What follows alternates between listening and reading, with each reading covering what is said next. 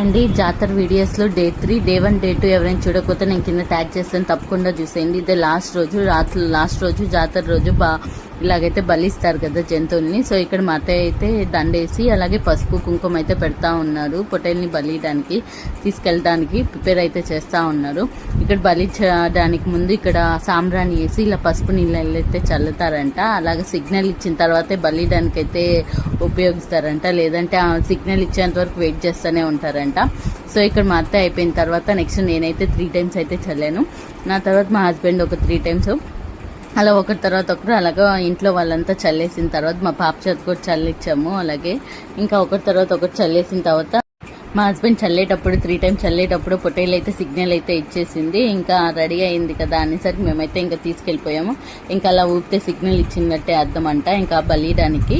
ఇంకా సో ఇంట్లో అంతా ప్రిపేర్. ఇప్పుడు గుడి దగ్గరికి వెళ్ళేసరికి ఇంకా గుడి చుట్టూ ఒక 3 rounds వేసాక ఇంకా పొంగళ్ళన్నీ పైన పెట్టుకొని 3 rounds వేస్తారు. అలా పొట్టేళ్ళు కానీ కోడి ఎవరికి మేకలు అలా ఎవరికి తోచింది వాళ్ళైతే ఇలా గుడి చుట్టూ ఒక 3 times తిప్పి అయితే ఆ తర్వాత పొంగళ్ళు పెట్టుకొని గుళ్ళకి అయితే తీసుకెళ్తాము. సో ఇక్కడ నాకైతే చెమటలు కారిపోయాయి. అదే నన్ను మా హస్బెండ్ అడుగుతున్నాడు ఏంటో చెమటలు అట్లా కారుతున్నాయని. అందుకే నేను అక్కడ నవ్వాల్సి వచ్చింది. నాకైతే అసలు ఒక్క పిక్కు కూడా తీసుకోలేదని ఫీల్ అవుతున్నాను నేనైతే అసలు శారీలో.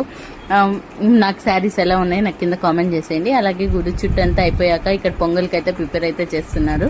అలాగే ఇంకా చూసారా ఎంతమంది వచ్చేసారు, అసలు మామూలుగా లేవు ఎండలు అయితే. అక్కడ మా అత్త అయితే ఇక్కడ పొంగల్ అయితే ప్రిపేర్ చేసేసింది. ఇంకా పొంగళ్ళన్నీ అయిపోయాక గుళ్ళోకి తీసుకెళ్ళడానికి ప్రిపేర్ అయితే చేస్తూ ఉన్నారు. ఇక్కడ ఇంకా టెంపుల్లోకి వెళ్ళాలంటే చాలా క్రౌడ్ అనిపించింది. అసలు ఎండ మామూలుగా వాయించట్లేదు. అసలు ఊర్లో అయితే 42 degrees కాస్తుంది. అసలు ఎండలు అమ్మ ఎట్టుంటున్నారా అనిపించింది నాకైతే. ఇంకా గుళ్ళో లోపలికి రాగానే అక్కడ గంగమ్మ వారి బొమ్మ అయితే వేశారు. నాకైతే చాలా బాగా నచ్చింది అది కూడా. ఇంకా ఆల్మోస్ట్ ఇంకా అంతా దర్శనం అయితే చేసుకున్నాం. ఇక్కడ మా పాప అయితే అప్పటికే ఆకలేసిందంట, తనకి అది ప్రసాదం అడుగుతా ఉంది. మా అత్తయ్య అయితే పెట్టారు ఇక్కడ. ఇంకా గుడి మొత్తం ఒక 3 rounds అయిపోయి అన్నీ చేసుకొని వచ్చేసాము. ఇంకా అప్పటికే వచ్చేసరికి 10:30 అయిపోయింది. 10:30కి ఎండ అయితే అసలు మామూలుగా లేదు. మా పూజలన్నీ అయ్యే లోపల ఒక పక్క ఇక్కడ బలి అయితే ఇచ్చేస్తూ ఉన్నారు పొట్టేళ్ళు. అవన్నీ చూడకూడదు కాబట్టి దగ్గర నుంచి నేను దూరం నుంచి అయితే వీడియో అయితే తీసాను.